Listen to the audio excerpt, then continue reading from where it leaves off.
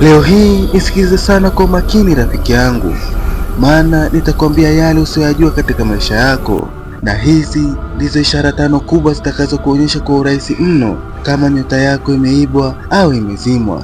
Ishara ya kwanza, ukiona una maadui wengi, ujue nyota yako ni kubwa na haijazimwa. Maadui huibuka pale ambapo mwanga wako unawaka, na hii ndio ishara inaonyesha nguvu yako na thamani yako isiyozimika. Lakini unapaswa kujua hili: ukijiona huna maadui kabisa, hakuna anayekupinga au kukuhofia, ujue nyota yako imezimwa. Haionekani, haivutii na ina hatari ya kupotea kimya kimya. Na hii ndio ishara ya pili itakayokuonyesha kwa urahisi mno kama nyota yako imeibwa au imezimwa. Ukijiona una matatizo mengi fululizo, ukimaliza moja jingine linaibuka, ujue nyota yako ni nzuri sana lakini imeibwa. Maisha yako yanakosesha nguvu na nafasi. Sasa unajaribu bila kupata matokeo halisi, yaani matokeo halisi yaliyoumbiwa katika maisha yako unayopaswa kuishi hapa duniani. Hii ni ishara ya mwanga wako kuwa umefungwa na kushindwa kushikilia haki yako kimya kimya.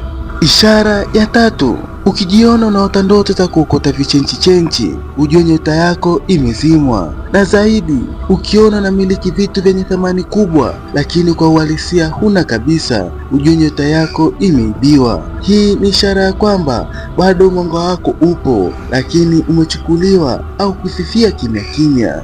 Na leo Kioo cha Dunia kimekufunulia ishara 3, na kama unataka kujua mwendelezo wa ishara zote 5, hakikisha umesubscribe, like na ucomment maoni yako sasa hivi, kwa sababu pale tutakapofikia kwenye sehemu inayofuata nitakuonyesha ishara ya 4 na ya 5 ambazo hazijawahi kusikika kabisa, na zitakufunulia ukweli ule ukuwa umefichwa kimya kimya. Nitakwambia jinsi ya kuokoa nyota yako iliyofifia au kuibiwa na kuirejesha kwenye mwanga wake kamili. Usikose, kila hatua ya kufuata hizi ishara itabadilisha jinsi utavyoona maisha yako na nafasi yako kwenye hii dunia. Kwa hivyo, subscribe sasa hivi, like video hii na uache maoni yako chini.